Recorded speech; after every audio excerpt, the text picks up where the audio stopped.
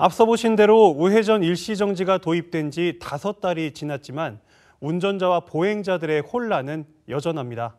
규정이 바뀐 후 사고가 늘었다는 이야기까지 나오면서 실효성에 의문을 제기하는 목소리도 높아지고 있는데요. 경기대학교 도시교통공학과 김정화 교수님 모시고 우회전 일시정지에 대해 보다 자세한 이야기 나눠보겠습니다. 네, 교수님 안녕하세요. 네, 안녕하세요. 이제 우회전 일시정지가 도입 초기이기는 하지만 우회전 일시정지로 인한 혼란 그리고 어떤 불만 이런 것들이 좀 잠잠해지지가 않고 있는 것 같아요. 그래서 일부 운전자분들께서는 교통 정체가 더 유발이 된다, 사고 위험이 더 높아졌다, 이제 이런 식으로 얘기하시면서 이 정책이 좀 불필요한 거 아니냐 이런 얘기까지 지금 하시는 분들도 계시거든요. 이런 좀 이야기들에 대한 우리 교수님 생각 좀 어떠신지요? 네, 분명히 이제 안전과 관련되고 굉장히 효과적인 정책임에도 불구하고 좀 급하게 시행된 부분도 없지 않아 있었기 때문에 시민들의 수용성이라든가 어떤 인식 개선에 있어서 약간의 불만들은 쏟아져 나오고 있는 것 같습니다. 그럼에도 불구하고 지속적으로 이런 정책들이 안전이나 지속 가능하게 우리 교통문화에 대한 부분의 개선에 영향을 준다는 것을 홍보할 필요가 있고요. 그런 부분에 있어서 시민들의 생각 개선이 이제 점차적으로 이루어져야 한다고 생각을 합니다.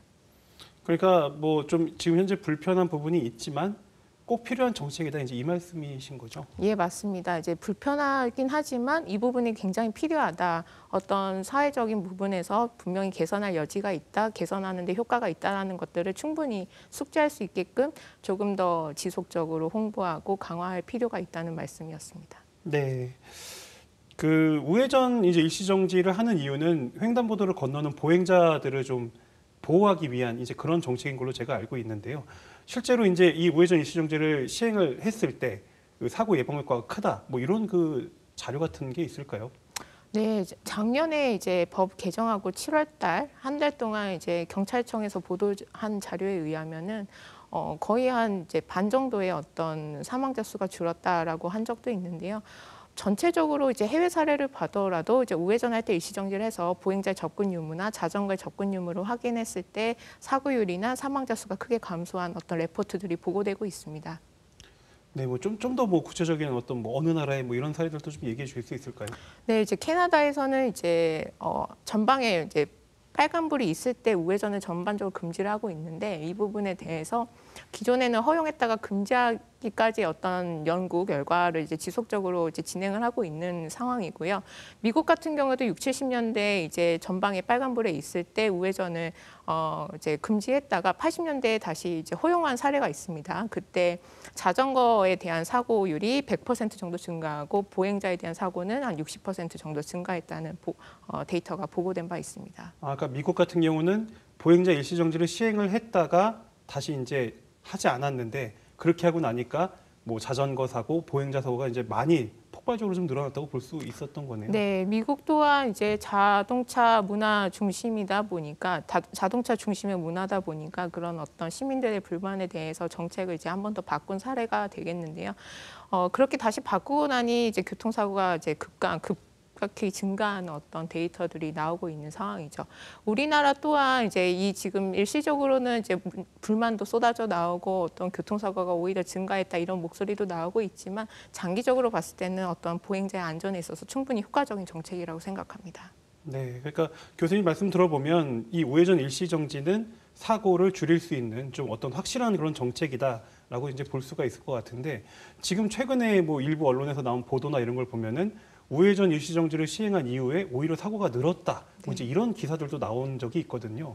좀 이런 이야기들이 나온 이유는 좀 왜일까요?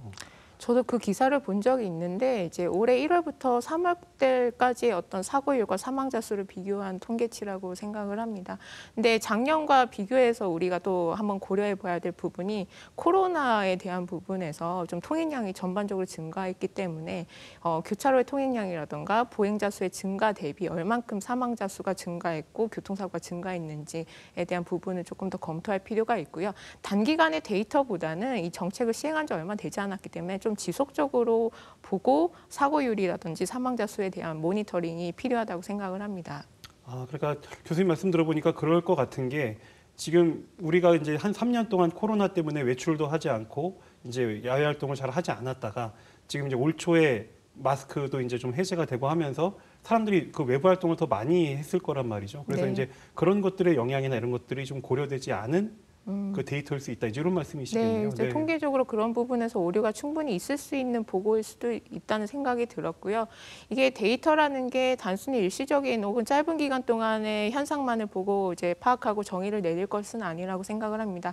정책이라는 것이 좀 오랜 시간 지속적으로 사회적으로 정착이 될 때까지 기다리고 거기에 대한 어떤 효과가 얼마만큼인지 파악하는 것이 굉장히 중요하기 때문에 단순히 작년, 올해 이렇게 비교해서는 조금 성급하다는 생각이 들었습니다. 네. 제가 이제 이번에 그 현장에 좀 나가서 운전자분들이랑 좀 대화를 좀 많이 나눠봤거든요.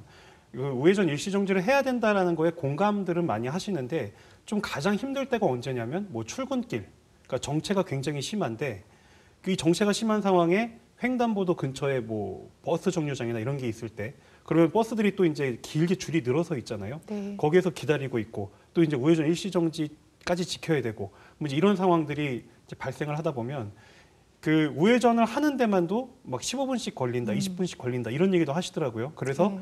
이렇게 기다리다 보면은 우회전을 하게 될 때 그냥 일시정지 안 하고 지나가게 된다 이런 얘기를 좀 많이 하셔요. 그래서 네. 이런 부분에는 어떤 구조적인 개선 같은 것도 좀 필요하지 않을까요? 네, 일단 먼저 우리나라의 어떤 교차로의 특징에 대해서 이제 한번 이야기를 해야 될 것 같은데요. 우리나라에서는 이제 차가 막힌다고 하면 일단 도로의 확장을 우선적으로 고려했던 부분들이 있었고 이에 따라서 교차로가 굉장히 다른 국가들에 비해 넓은 편입니다. 교차로가 넓어지면 거기를 통과하는 차량 수도 늘어날 수밖에 없는데 이에 반해서 우회전을 허용하는 차로는 한 차로로 정해져 있죠. 그러다 보니까 우회전하는 교통량은 늘는데 거기에 대해서 어떤 용량이나 차로가 더 이상 늘지 않고 또 교차로가 넓은데 좌회전 신호의 주기가 길어지면서 대기하는 시간이 늘 수밖에 없는 구조적인 부분이 있고요. 여기에 교차로 인근에 버스 정류장이 있다면 버스에 승하차하는 데 지속되는 걸리는 시간 때문에 오히려 우회전하는 차량이 거기에 방해를 받을 수밖에 없는 구조적인 부분이 있습니다. 따라서 교차로에 있어서 자동차 통행량이 많은 교차로인 경우에는 버스 정류장의 위치 조정이 조금 필요한 부분에서 우리가 검토를 해볼 수 있을 것 같고 경우에 따라서는 자동차 중심이라고 한다면 그런 교차로에 대해서는 우회전 전용 신호도 우리가 한번은 검토해 볼 부분이라고 생각을 합니다. 네, 그러니까 지금 방금 교수님께서 말씀하신 것처럼 그런 어떤 그 기반 시설이나 뭐 좀 어떤 구조적인 개선 이런 것들이 너무 이제 되지가 않고 정책부터 시행된 게 아니냐라는 좀 불만들도 있으시더라고요. 네. 네. 그래서 시간이 좀 뭐라고 할까요? 정책을 갑자기 바꾸는 데 있어서는 충분히 사회적으로 수용이 되어야 하고 어떤 공감대가 형성이 되어야 그 효과가 발휘된다고 보고 있는데 그러한 부분에서 아직은 초기 단계이고 그렇다고 지금 불만이 쏟아져 나오고 있다고 해서 그만둘 것은 아니고 여기에 대해서 단계적으로 우리가 조금 나아가야 될 방향 한 번은 더 심도 있게 고민을 해봐야 될 것 같습니다. 네. 뭐 이제 방금 말씀하신 것처럼 이 정책을 뭐 그만둘 수는 없는 거잖아요. 이제 빠르게 정착할 수 있게 하는 게 이제 중요할 것 같은데요. 그 정착을 위한 좀 뭐 정책적인 지원 이런 것들 좀 어떤 것들이 필요할까요? 네, 일단 단기적으로는 일단 우회전의 일시정지에 대한 부분의 어떤 실효성을 더 높이기 위해서 단속의 강화는 우리가 조금 살펴봐야 될 부분이라고 생각을 하고 여기에 인력이 좀 부족하다고 한다면 교통 단속 카메라 등과 같은 부분 장비의 어떤 도움을 좀 받을 수 있을 것이라고 생각을 합니다. 또 중기적으로는 이제 우리 대형 차량이 우회전할 때 사고들이 보통 많이 발생을 하는데요. 대형 차량의 사각지대가 굉장히 넓은 만큼 또 운전 종사자의 어떤 고령화가 진행되고 있는 만큼 이 사각지대에 보행자나 자전거 접근 교통을 이제 감지할 수 있는 시스템적인 부분, 또 차량과 교차로의 어떤 커뮤니케이션 기술을 응용한 부분에 있어서 운전자가 보행자의 안전을 확보할 수 있게 정보를 제공받는 그런 기술들도 도움이 될 수 있을 것 같고요. 장기적으로는 지금 시행하고 있는 정책에 대한 어떤 사회적인 합의, 또 수용적인 부분, 또 시민들의 어떤 인식 제고를 위해서 지속적인 홍보 강화가 필요하다고 생각합니다. 네, 오늘 말씀 여기까지 듣겠습니다.